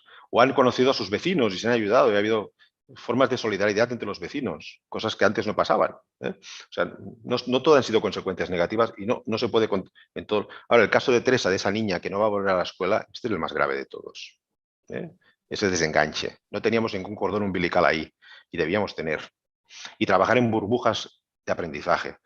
En grupos de estudiantes que porque viven juntos o porque tienen determinados tipos de conexiones, trabajan juntos y luego, si pasa otra situación de esas, pues son capaces de seguir trabajando con la ayuda del profesor, pues prestándose materiales, acompañándose. Si uno tiene acceso a la tecnología, pues que haga un trabajo, el otro en cambio hace un trabajo más manual o lo que fuere. Es decir, trabajando en grupos. Y eso creo que podría ser preventivo por si nos volviera a pasar algo así. Bien, bueno, pues yo creo que una última pregunta. Hay muchas preguntas que te haremos llegar por otro medio. Gracias, me gustará. ¿Cómo crear un modelo de educación integral a partir del contexto multicultural que se presenta en la Ciudad de México, donde existen zonas altamente marginadas? Bueno, volvemos a lo mismo. Yo creo que hay unos mínimos, y eso lo dice el doctor César Coll siempre, hay unos aprendizajes mínimos que deberían tener todos los ciudadanos y ciudadanas, ¿no? Para sobrevivir como ciudadano y ciudadana en la Ciudad de México, seguramente hay unos 10 aprendizajes, 10 situaciones o problemas que uno debería saber resolver o debería saber gestionar. Y esos pueden ser muy parecidos hasta cierto punto. Y luego es verdad que puede haber otros tipos de aprendizajes más personales, más individuales, que deberíamos considerar según qué tipo de alumnos tengamos y cuáles sean sus dificultades y problemáticas. Por lo tanto, podríamos decir que hay un tipo vamos a llamarles de competencias pues, imprescindibles, mínimas, como diría el doctor Coll, y otras, en cambio, que serían deseables o que serían más personalizables y que algunos alumnos pueden desarrollar y otros pueden desarrollar otras. Por lo tanto, deberíamos trabajar en esa doble vía de algo común para todos y a todos sirva y algo que sea personalizable, individualizable en las distintas realidades, ¿no? En las distintas realidades. Y ahí está el conocimiento que tenemos los profesores y profesoras de nuestros alumnos, de nuestros contextos, y qué es lo que podemos pedir y no pedir. Otra cosa importante, en la enseñanza obligatoria siempre la evaluación tiene que ser del alumno consigo mismo. Del alumno consigo mismo. Vamos a ver qué trayectoria sigue ese alumno, cómo que nos llegó a 2 y hemos conseguido que llegue a 4. Pues es excelente. Igual ha llegado un alumno a 8 y solo debemos avanzar hasta 9. Y sin embargo, este que llegó con 2, hemos conseguido que llegue a 5. Eso es un gran éxito. Por lo tanto, el alumno se le tiene que evaluar con él mismo, con ella misma, porque efectivamente nuestros alumnos vienen de realidades muy distintas y con situaciones muy distintas. Entonces, es imposible comparación. Yo además, ya sabéis que muchas veces he dicho que yo no creo que haya que poner notas o calificaciones a los alumnos numéricas. Yo creo que hay que dar informes cualitativos de cómo avanza el alumno, de cómo progresa, porque no se puede suspender a alguien del ciudadano. Van a ser ciudadanos igual, todos. Van a salir igual de las escuelas y van a ir a la sociedad. Y tenemos que garantizar que sean los mejores ciudadanos posibles, dentro de las posibilidades de cada uno. Bueno, hay 3 preguntas que podemos plantear las preguntas para que van en el mismo sentido. De Emma Rubio pregunta, ¿y quién forma a los formadores? ¿Quién forma a los profesores, en este caso, de las escuelas normales? ¿Y qué características debería tener la oferta de formación, actualización para estos profesores?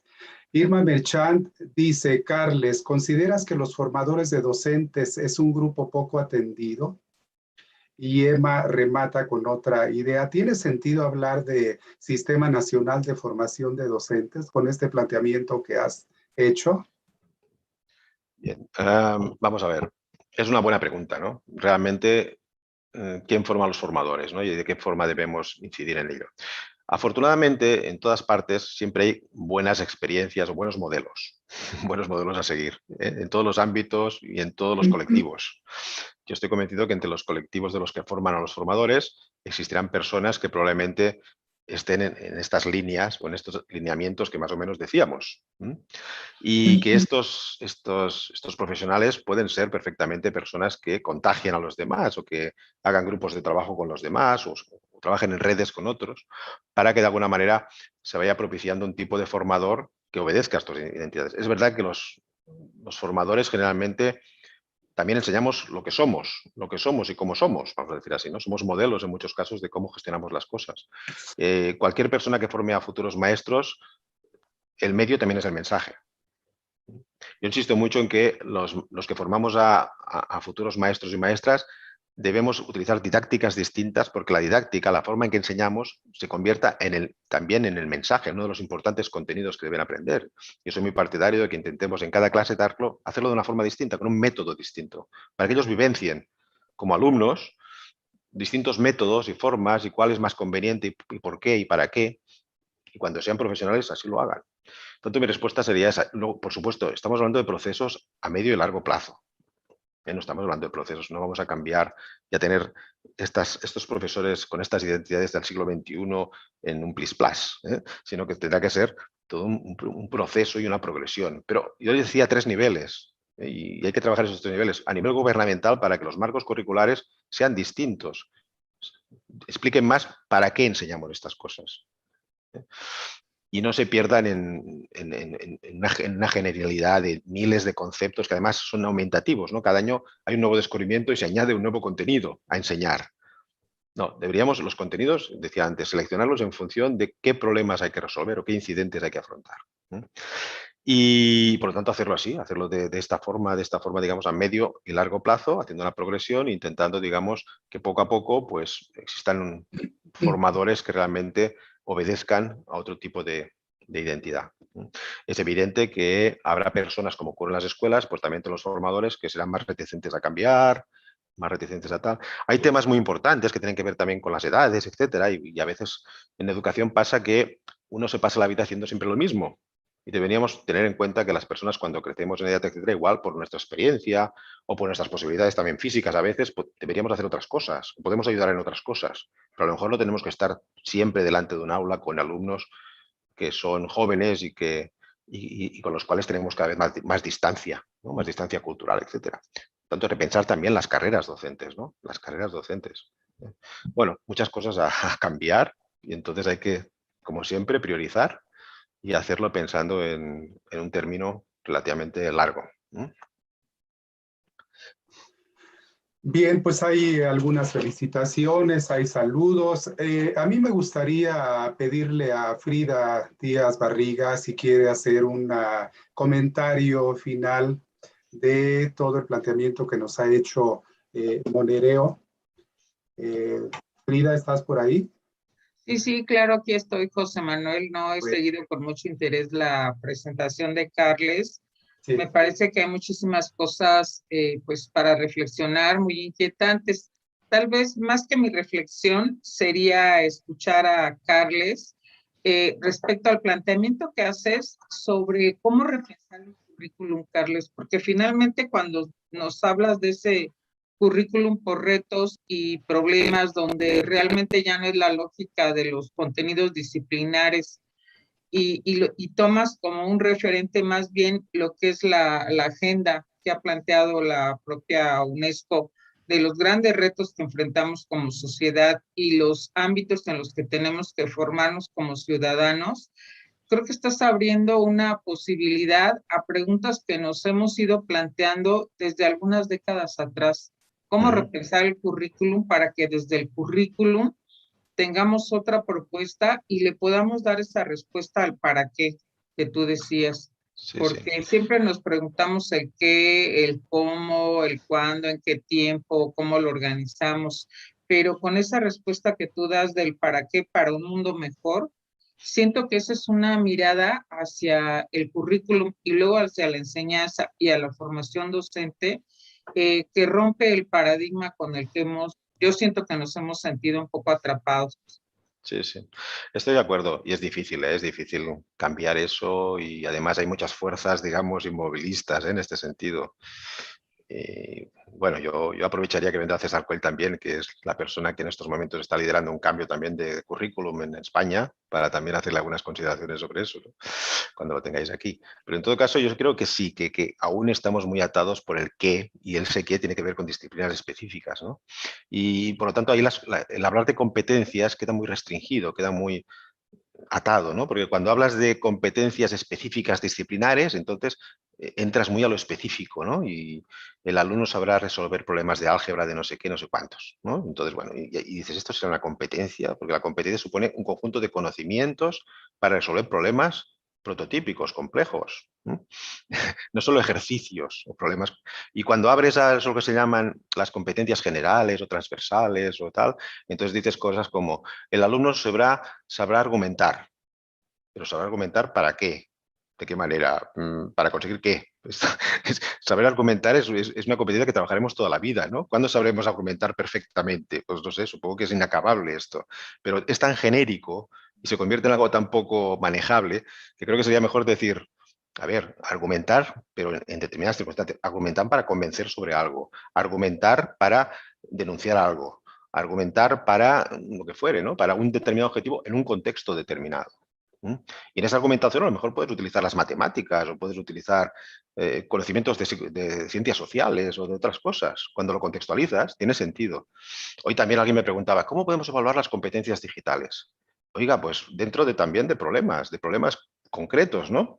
Pues yo tengo que argumentar y no sé qué, a lo mejor en un determinado momento tengo que buscar información en Internet sobre alguno de mis argumentos. Entonces busco información para que mi argumento sea más sólido y fundamentado.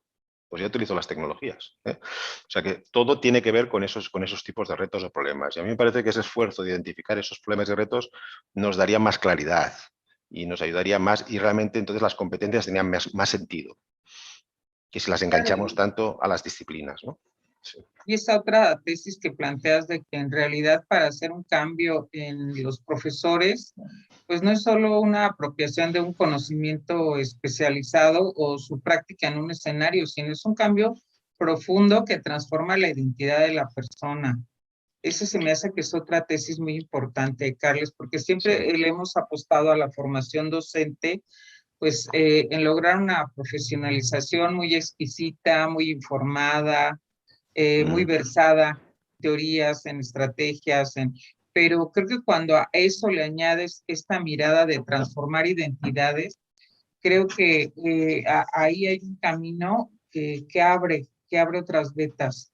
Y cuando hablas ahora de las posiciones de los docentes y los cambios que hay que lograr en las mismas como resultado de esta nueva normalidad en la que vamos a vivir, pues creo que ahí se ve también la importancia de esos retos. Claro, es que esto nos daría para hablar de un tema que ahora es imposible abordar, ¿no? Que es toda la visión dialógica, ¿no? de la mente humana, pero tendríamos que admitir que todos nosotros y nosotras somos muchos, hay muchos maestros en nosotros, hay muchos docentes en nosotros, ¿no? Y entre otros, pues hay un docente, por ejemplo, evaluador. Y muchos, este docente evaluador, pues muy exigente y quiere ser muy perfeccionista y muy científico, muy riguroso. Y luego hay otro docente que es comunicador, que a lo mejor es más flexible, más abierto. Entonces se producen ya tensiones entre estas dos posiciones de nosotros mismos. Y en ese diálogo, en esas tensiones, muchas veces se produce aprendizaje, ¿no? Entonces la idea es contribuir, ¿no?, a ese conflicto, contribuir a esa tensión e intentar que finalmente el cambio se produce siempre en nuestras cabezas, en nuestras mentes. Aunque en la relación social negociemos cosas, al final lo que aprendemos es lo que negociamos nosotros con nosotros mismos, en nuestra mente. Y como decía, hay muchas Fridas y muchos Monereos en nosotros mismos, ¿no? Muchas visiones. Ya hablamos solo del ámbito profesional, ya no hablemos de nuestra identidad como padres, madres, hermanos, hijos o como otras cosas, ¿no? Por lo tanto, pensar en eso, que nuestra mente es una sociedad de posiciones en diálogo, ¿no? Y entonces, ¿cómo cambiar esa sociedad? Pues, por supuesto, hay personas que viendo una charla, una conferencia, una idea, la debaten en su cabeza y eso les produce aprendizaje, cambios. Y pueden llegar a producir un cambio en alguna posición identitaria. Pero lo que hemos visto es que, claro, los cambios más fuertes, potentes y permanentes se producen cuando uno tiene un impacto emocional importante, ¿no? Cuando uno se siente un poco en crisis y tiene que repensar cosas. Generalmente, los profesores y profesoras nos pasa eso, ¿no? Cuando tenemos una necesidad, porque tenemos un problema grave, es cuando estamos abiertos al cambio y al aprendizaje, ¿no? Pero bueno, también se puede producir ese cambio por otras vías, ¿eh?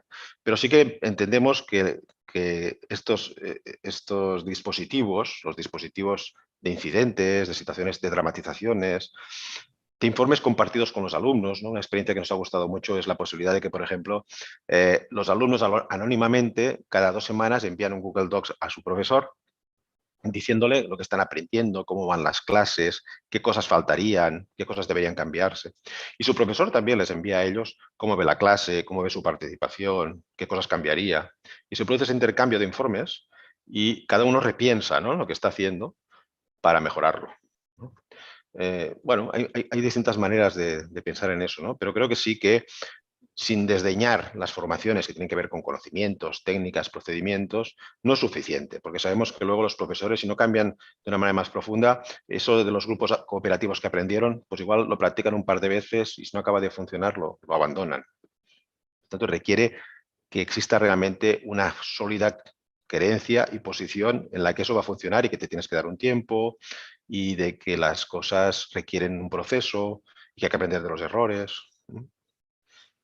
Fíjate que les he compartido aquí en el chat a todos los participantes el link del sitio que tienes, donde precisamente hay una recopilación de los incidentes críticos que viven los profesores, particularmente en el tema de la evaluación, porque lo que yo entiendo de la investigación que has realizado es que el tema de la evaluación es el tema, decirlo de alguna manera, Carlos, no es lo que más genera incidentes y lo que más especialmente genera con mayores, tensiones. especialmente con alumnos mayores, ¿no? Sí, sí. Sí, tensiones Sí. entre los profesores y los estudiantes.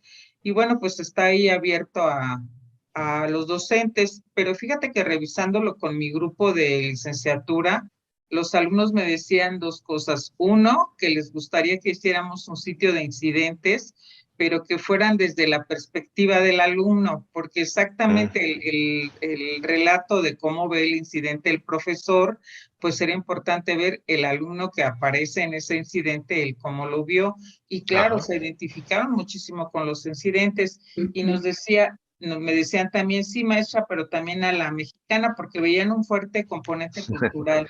Cuando se veían las escenas de los chicos entrando a reclamarle airadamente a los maestros, me hacían comentarios, me sorprendieron incluso un poco, fíjate, porque me decían, no, es que nosotros ni pensar que nos vamos a atrever a entrar al despacho de un profesor a gritonearle que nos tiene manía y que por qué nos reprobó. Entonces, pues mira, Sí. sí que siento que eso es muy interesante y ahí se da cuenta uno de la importancia que tiene pues escuchar a los actores y analizar desde esta realidad y cotidianeidad cómo podemos mejorar las experiencias Sí. y las interacciones. En algún momento hemos conseguido que después de un incidente, los mismos que tuvieron el incidente lo dramatizaran, lo teatralizaran, los mismos. Y entonces, pero lo hicieron como actores y actrices, ¿no? Entonces es muy interesante porque tiene un efecto también terapéutico, ¿no? En el que agrede o en el que hace de víctima. Y entonces la lectura es distinta, ¿no? Que hacen cuando tienen esta posibilidad de distanciamiento, ¿no?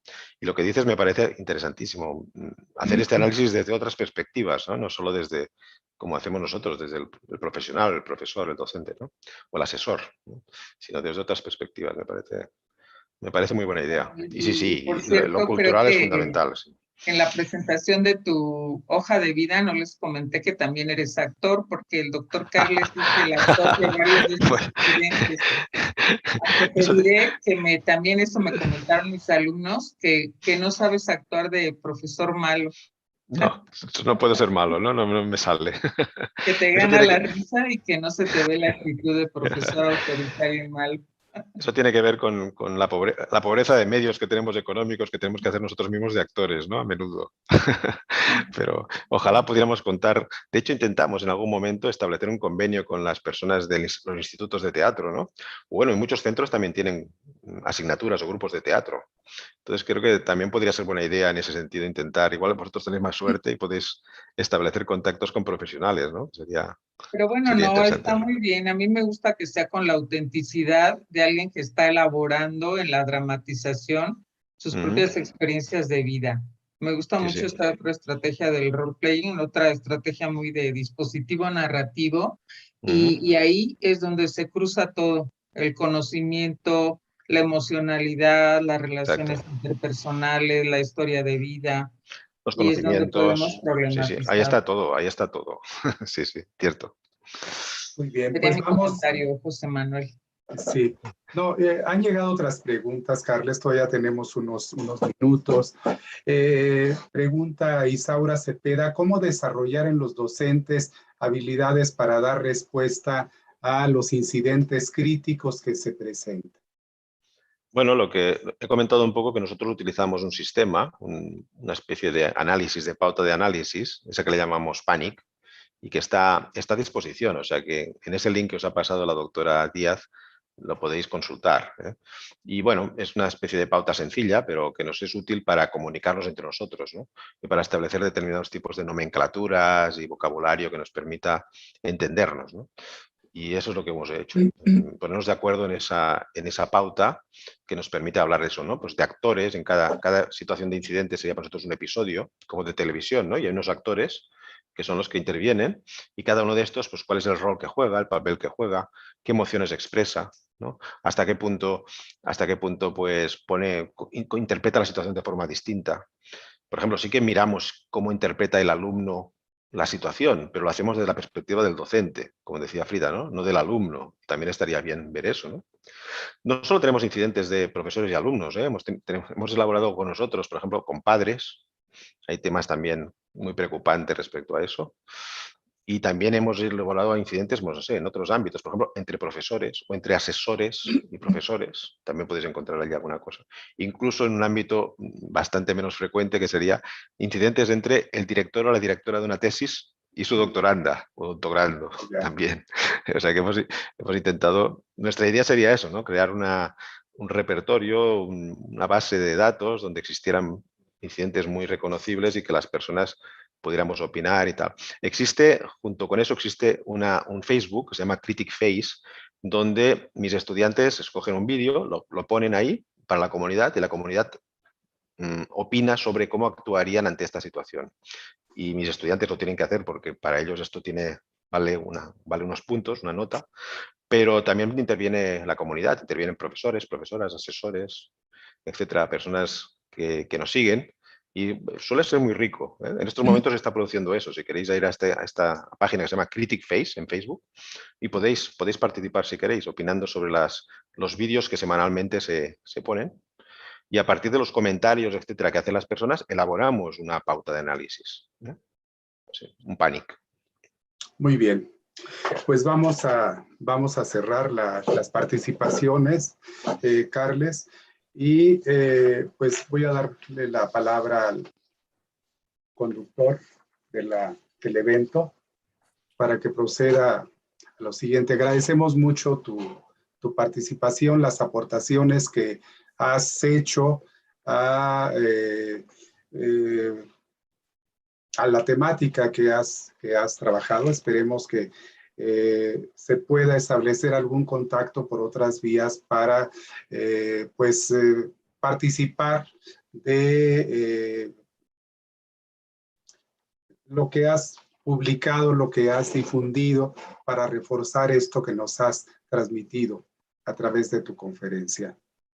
Gracias. Entonces cedo la palabra a Miguel Ángel Alcántara. Muchas gracias, José Manuel. Seguramente la audiencia coincidirá conmigo. Si la conferencia en su contenido es relevante, se enriqueció enormemente con las respuestas a las preguntas formuladas por José Manuel y los comentarios de la doctora Frida Díaz Barriga Arceo. Ante tan interesante disertación y entusiasta presencia y participación de la audiencia, nos resta solo agradecer al doctor Carles Monereo Font haber compartido su expertise. Y como una evidencia más allá de estas expresiones, la Dirección General de Educación Normal y la Escuela Normal Superior de México le extenderán en el momento un reconocimiento virtual, al que al aparecer en pantalla le daré debida lectura. Asimismo, doctor Carles Monereo, le será entregada una moneda conmemorativa del 85 aniversario fundacional de nuestra Normal Superior de México. En su momento, y por un gentil conducto, le será entregado ambos reconocimientos de manera física. El reconocimiento dice así: en líneas inferiores a los cintillos de la marca institucional, el texto: la Autoridad Educativa Federal en la Ciudad de México, a través de la Dirección General de Educación Normal y Actualización del Magisterio y la Escuela Normal Superior de México, otorga el presente reconocimiento a Carles Monereo Font por su conferencia magistral Formación Docente tras la pandemia, en el cierre de actividades del 85 aniversario de la Escuela Normal Superior de México. Y firma Mercedes Takagi Carbajo, directora de nuestra institución. Gracias. Este es para usted, doctor Carles. Muchas gracias, muy amable. Muchas gracias. Gracias. Y le mostramos la moneda, Carles. Ah, qué bien. Que en algún momento te haremos llegar. Estupendo. Espero que esa moneda la pueda venir, digamos, a intercambiar por abrazos y saludos lo más pronto posible. Ojalá que así sea, doctor Carles Monereo. Ojalá que sí. Muchas gracias a todos y a todas por vuestra amabilidad, cordialidad, y he estado encantado de estar con vosotros. Hasta otra ocasión. Hasta muy pronto. Antes del término formal de nuestro evento, agradecemos la presencia, obviamente, de Carles Monereo Font, las autoridades educativas, las directoras de las escuelas normales hermanas y otros distinguidos invitados que nos han acompañado en esta primera conferencia magistral. Asimismo, nuestra gratitud a toda la audiencia que nos acompañó durante la transmisión en vivo y nos enriqueció con sus comentarios y preguntas. Y que, por cierto, les pedimos que en la liga que se ha compartido por YouTube nos hagan favor de registrar su asistencia. De igual manera, nuestra gratitud y reconocimiento para el personal de apoyo técnico de la Dirección General de Educación Normal, del Departamento de Innovación Educativa y de la Unidad de Extensión Educativa y Cultural de la Normal Superior de México por su asesoría y acompañamiento permanente para la realización de este evento. De manera muy especial, a toda nuestra audiencia, les reiteramos la invitación y solicitamos su honrosa presencia el próximo viernes 19 de noviembre para participar en nuestra segunda magna conferencia, Formación Docente a través de dispositivos narrativos, a cargo de la doctora Frida Díaz Barriga Arceo. Y además, les pedimos a todos los asistentes, multipliquen la invitación para que el próximo día 19 la audiencia sea mucho mayor a la que hemos tenido en esta oportunidad. Con esto, damos por terminada la sesión de hoy a cargo del doctor Carles Monereo Font, a quien reiteramos nuestra gratitud y esperamos volvernos a ver en fechas próximas, como él mismo lo solicitó, de manera presencial. Hasta pronto. Hasta pronto y gracias a todos y a todas. Hasta pronto. Chao, chao. Un abrazo. Igualmente. Carles. Chao, chao a todos. Gracias. Bye. Gracias, maestros.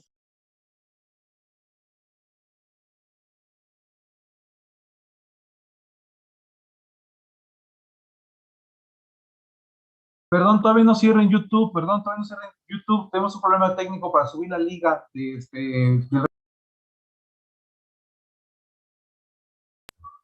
tenemos un problema para subir la liga a YouTube. Esperen un instante, todavía no cierren. Ok, gracias.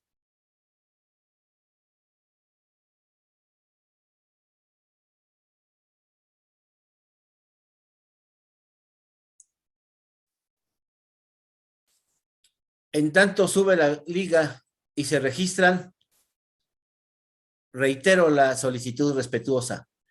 Multipliquen la invitación para que el próximo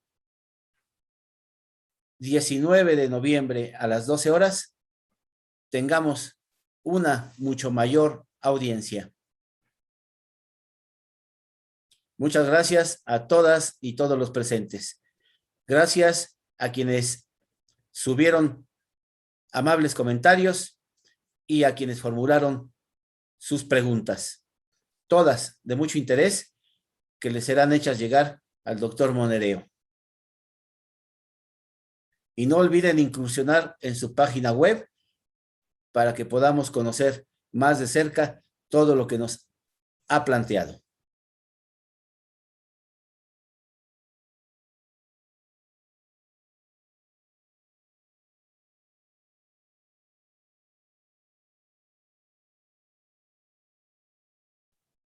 Muchísimas felicidades, que tengan excelente tarde. Muchas gracias, doctor. Hasta luego, Alejandra. Hasta luego.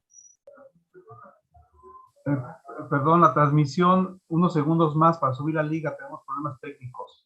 Por favor, maestro Miguel Ángel. A YouTube.